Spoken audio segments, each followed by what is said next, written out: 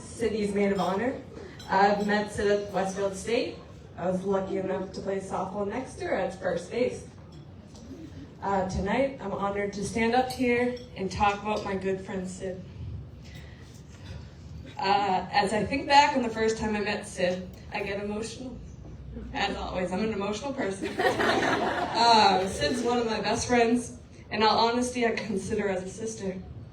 She's trustworthy, honest, funny, caring, and one of the most loyal friends I have. Not a day goes by where Sid or I don't shoot a text to each other, even if it's a, hey, haven't heard from you today. I'm just gonna put something. How are you? Or hey, what are you having for dinner? Even something so simple reminds me that I can always count on Sid, no matter what day or time it is. And that is what makes her such an amazing friend. Having a friend like Sid has always been my favorite takeaway from college. We named each other the dynamic duo because we were always together, always down to have a good time. In college, we made a designated softball house on Jefferson Street.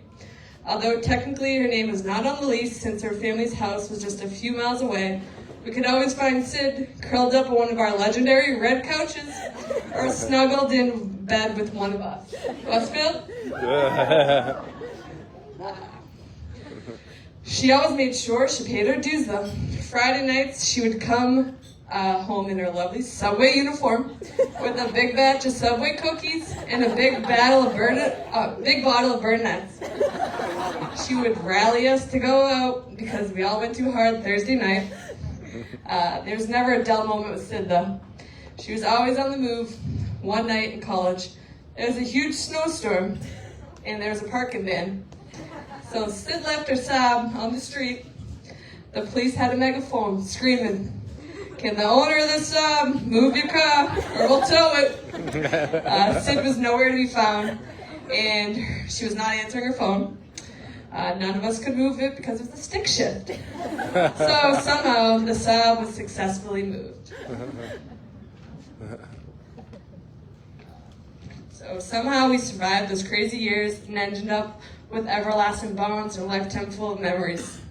I'm so grateful for your decision to transfer home to Westfield. Sorry, Marissa. Beers are good, but it's always a great day to be an owl. Cheers to that.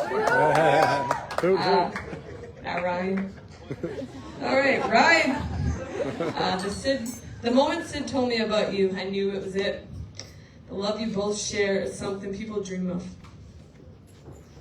So, we all knew this would be a special kind of love after hearing about your second date.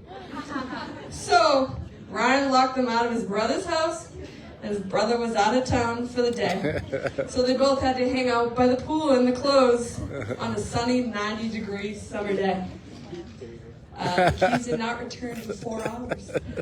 So during those 4 hours, there was no bathroom in sight. So Ryan went into the woods with a beach towel, not saying a word to Sid, came back with no towel, and proceeded to ask Sid what she wanted to do for dinner. That poor towel. There's no going back after that. Sorry, Ryan, had to share one of my favorite stories about you. Love you. All right. Now for the both of you, Ryan, Sid. Can't wait to see what the next chapter brings for the both of you. I love you both so much. So let's raise our glasses and give a toast to love, laughter, and happily ever after. Cheers.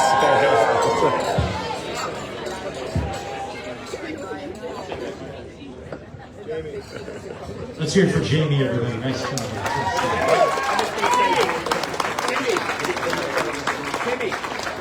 The next toast this evening will be given by the matron of honor, Taylor.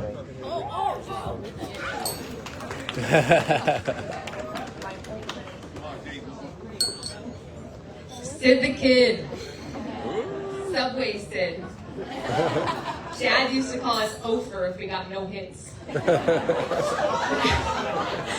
And City. All nicknames of our beautiful bride, but to me, she's baby sister. Little sister is a role that Sydney has played to an absolute T. And what that meant is that first 10 or 15 years of her life, she just followed me around, me and my friends, like endlessly. But for the last couple of years, she's slowly but surely made every single one of my friends her friends. And I'm talking out to the bar without me, invited to some of their weddings, the whole 9 yards. A lot of them were trying to get invited tonight, so be on the lookout for crashers. But Sydney, you have grown into a young woman that I am so proud of. And I know that over the years, you always felt like you were looking up to me. But to be honest, a long time ago, I started looking up to you too. And there's a lot of reasons why, and I'll just talk about a few of them. But,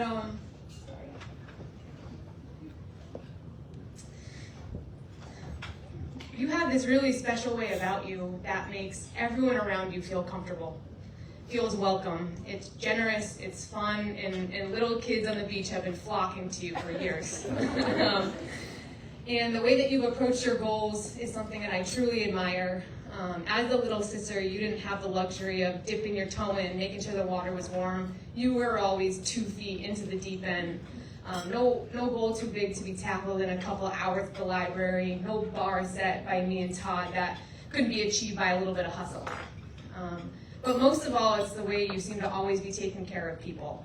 Your hospitality is something I know Ryan fell in love with very early on. Your loyalty allows for your family and friends to lean on you when they need it.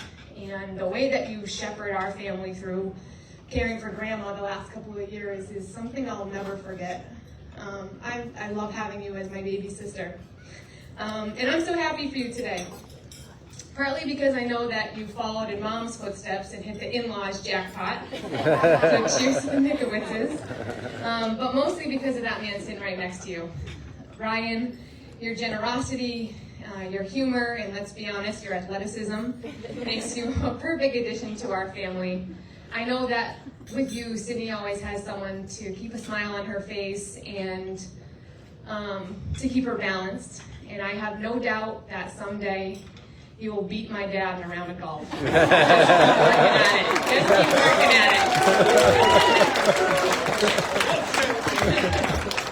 So today we add Mrs. Mick to that list of nicknames, but we'll always be Easold sisters. If everyone would raise their glass, I'd like to cheers to the happy couple. I love you so much.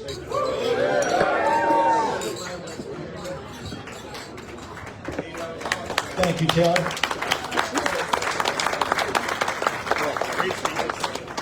Next up tonight, some words from the best man, Tim.